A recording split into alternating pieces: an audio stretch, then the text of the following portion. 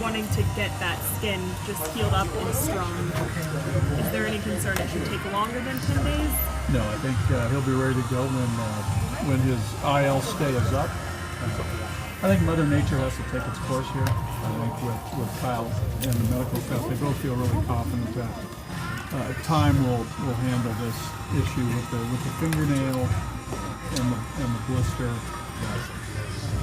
It's going to be fine. So a little bit of a bummer that he's going to have to miss a start and you're going to have to skip one, but that's part of what happens in sports. For Anderson, is there one adjustment you would like to see in particular for him to make into his No, I don't think one. I think with Tyler and all pitchers, it's a combination of what they do best and implementing in the game. I mean, with Tyler, again, we talked about fastball command, and Tyler's secondary pitches are really good, that they got to come into play and be a factor tonight. So,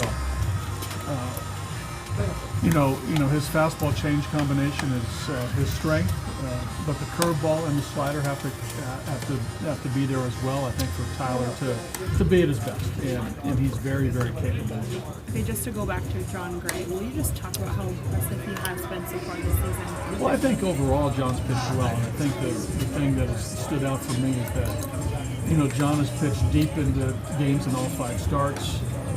And I think that there's a couple games where he didn't have his best slider, which is a key pitch for him along with his fastball. So his fastball slider combination yesterday wasn't as good as we've seen it, but yet 6 innings, 1 hit, no runs. I mean, that's impressive. So worked out of some jams, made some pitches, picked up his teammates when a couple plays weren't made for him that that really cost him maybe an inning or 2 and some pitches, but.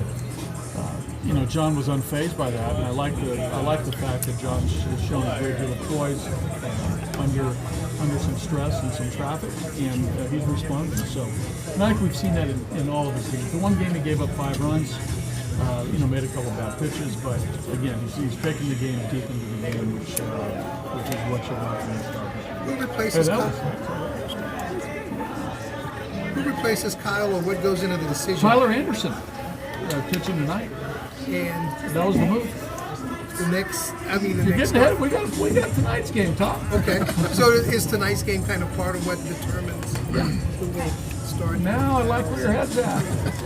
Yeah, man. Now you're getting it. That's what I'm talking about, Tom. Hey, buddy. In regard to Tyler, in retrospect, did the knee inflammation, soreness, did that contribute to his ineffectiveness? Probably better question for Tyler, okay. But I'm going to say partially, yeah. Okay. But I think, again, we talk about all players not being 100% all the time, right? Sure. And there's always potentially a number of things going on physically with a player, but you're conditioned to play and to perform, and there's no excuses. But we felt that. From what we saw, what we saw out there with Tyler, that his knee was compromising his ability to make pitches. You got to be able to push off and have the right stride and all that stuff. All that stuff. That was my question. Just where does it show? Is it in the stride, the release point? It's all of it. Yeah. I think it's more with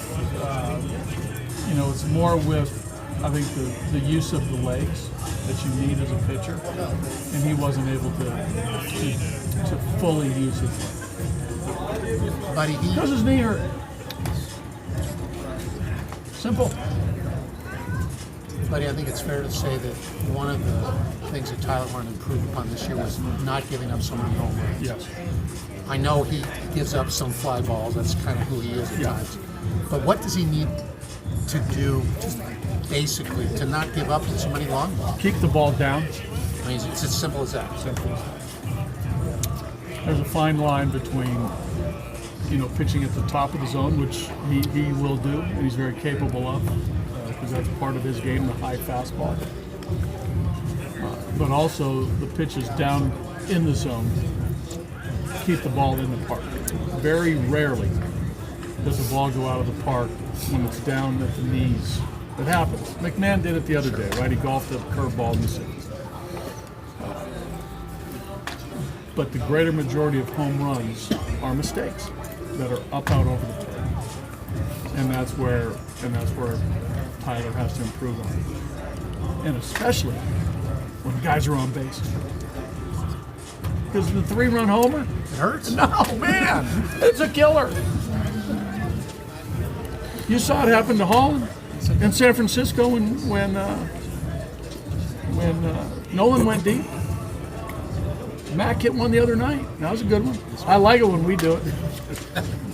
Buddy, speaking of McMahon, he's had a lot more playing time this season compared to the past years. How have you just seen him kind of mature, growing into an everyday? Well, I think it's more of just what you said, mature. I think there's a growing confidence that he feels that he should be in the lineup, and he feels as though he's going to be a contributor.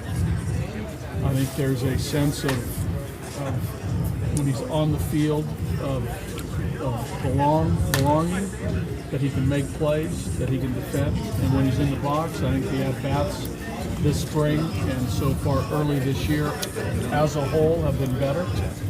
They're more under control. He's controlling the strike zone better.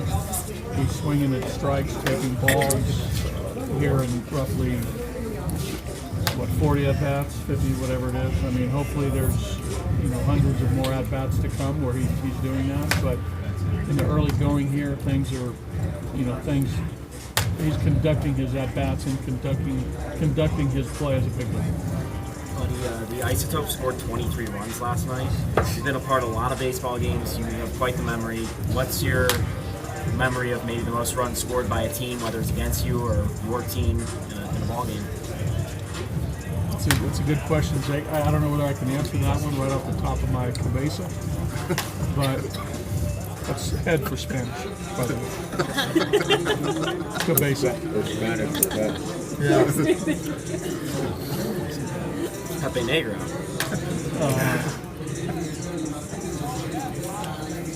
I don't know. I do remember 1975 American Legion, Longview, post 151. Oh my God. Yeah, that's great. Yeah, we scored 26. We beat. It's like there's a 10-run rule, but we had we scored a bunch. I can't remember professionally. So do you let Blackman tell you when he's coming out of the lineup instead of trying to tell him when to come out from now on? I'll let Charlie call the shots, man. Why not? Huh? Came in with his Let Charlie came call in the with his shots. breakfast. Yeah. Were you there yesterday when he came in? Yeah. He was holding his breakfast. What did he say? And I said, Charlie, first of all, I want you to eat. I don't want it to get cold. Because if you're playing, I don't want you eating cold breakfast. I want, Buddy, what you got? But we had a good talk yesterday morning over his breakfast. I'd already eaten. But he was. We got a good relationship on those sorts of things, Charlie and I. So, I trust Charlie. He gets it. He understands. And I think he knows that I understand too. So that's good. That's a good dynamic. Speaking of Charlie, I know we've talked so much about at-bats being contagious. When Charlie is in the leadoff role, producing like he has the past few games, how does that affect the rest of the team? Well, I think Charlie, as a veteran player and one of our core players, sets a great tone by how he's playing. And just, baseball-wise, when he gets on base, as a leadoff man, it helps the offense, right? The percentages of scoring a run when the leadoff guy gets on in any inning, percentages go way up. But I think, when your key players produce, right, and your core players produce, it just takes, a lot of pressure off the other guys. Because your key players are the producers, right? And they know it, right? And that's why they get frustrated when they don't produce, and because they know that who they are as players is essential to team performance. So, but I think it helps relax the other members of the lineup when your key guys are doing that. The other guys can really add on and not feel the tension that might be created when you're not scoring. What were the reports on Murphy Yeah, yesterday? good. Came out of it fine. Do you have a schedule for him Yeah. coming back? And Yeah. and what would that be? Not gonna tell you.